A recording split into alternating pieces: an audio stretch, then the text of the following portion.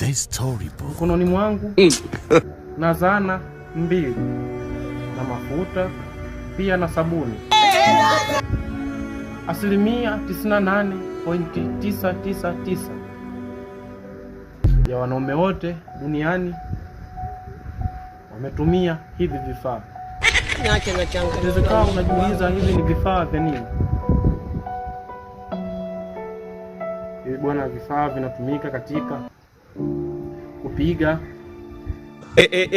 Wewe nani, uwe na heshima bwana. Sawa, uwe na heshima ndugu yangu. Kuwa na heshima na kuomba kuwa na heshima.